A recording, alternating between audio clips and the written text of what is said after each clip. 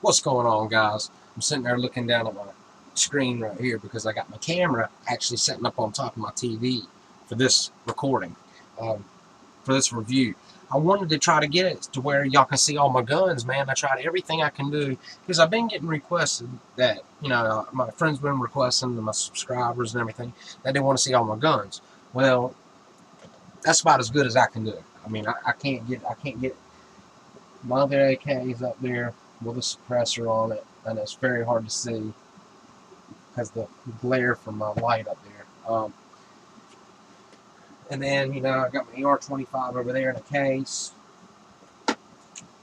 But I wanted to get into this is really what I wanted to get into. Um, Making sure I can just see myself. Anyway, okay. Quick question and a couple little tips. Okay, as y'all know, recently I bought the combat machine, G&G combat machine. Okay, just so you know, very nice mag right here. These don't come. This doesn't come with it. I just want to show you how they swap out so easily. How many different ones. This is the magazine that comes with it. Okay, push the button, falls right out. No sense in a mag pulling it out. You know what I'm saying? A mag pull goes on the mag. This is an Echo 1 Fat mag.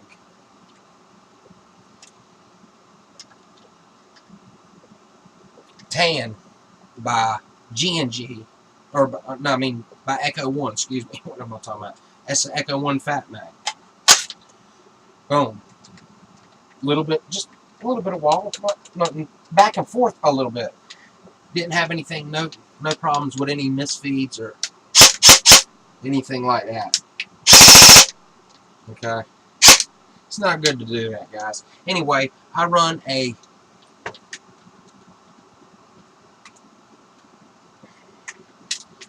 if you can see 2300 milliamp intellect, and I put a little bit of camouflage tape on the front just to keep it a little more snug in there, which it's very snug anyway. Most people say you can't fit that big of a battery in here. There it is, right there. Fits perfectly in there. Absolutely perfectly. Anyway, I'm probably going to camouflage this gun. I bought me some camouflage to do it with. If y'all are interested in what kind you should get, this is the kind you should get to camouflage your gun. Some Rust-Oleum. Boom. Alright. Along with, get you some JB Weld and get you some other things like that. Some Allen wrenches and tools like that, stuff you may need if you're going to work on your guns like I do. Okay, thing I wanted to ask about the gun, I installed a new barrel in there. Any of you guys that have one of these that you've installed a new inner barrel in there, I put a $35 Logitech barrel in there. I mean, top dollar.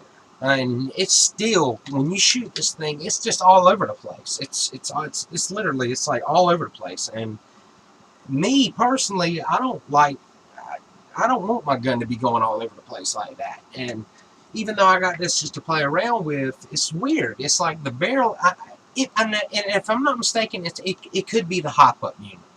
Or it could be the bucking.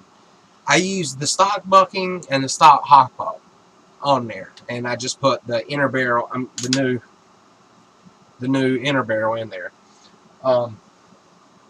It shoots better than the factory one, of course. It gets way more distance and everything.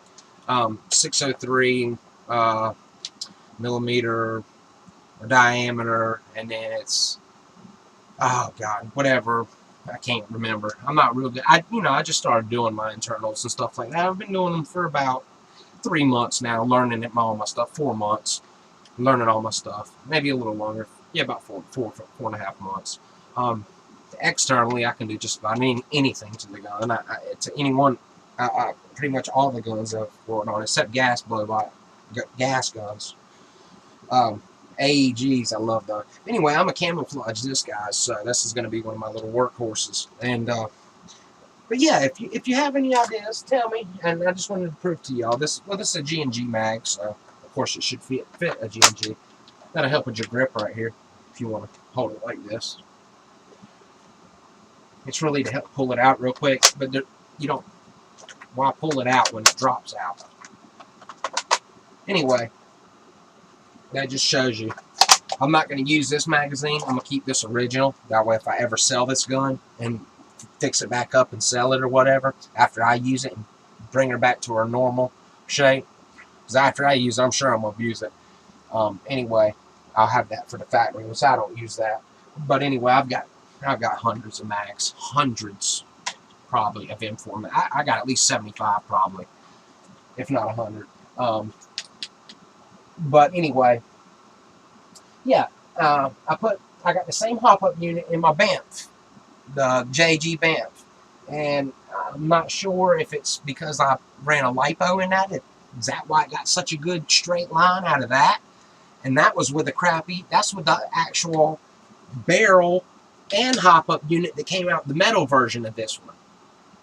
So, you know what I'm saying? So, Ast Kilo, or is it Ast Kilo 23 or something like that? I forget your name, bro. If you see this vid, which you probably will, comment, tell me, let me know, and of course, shout outs to all my peeps, man. 420, I know I missed you. I'm well into 6 minutes. I always make my videos so long. So I'm gonna go ahead and cut this vid. Anyway, guys, yeah, if you know what the problem may be, if it's just because I still have the factory hop up in there, if that's why, or the factory bucking, if that's why, I have no idea. But I have a brand new Echo one that was like $28 to throw in there if that's the case, and I'll throw it in there. It's chrome, it's all chromed out looking. I was going to put it in there anyway, but I didn't want to if I didn't have to, because I figured that this G&G hop-up, they're fine. They're like that hard plastic polymer style. From what I think, they're fine. So just comment and tell me if they're not fine or not. Alright, guys. With that, peace. Till next time. Hope y'all enjoyed it, man. Peace, guys.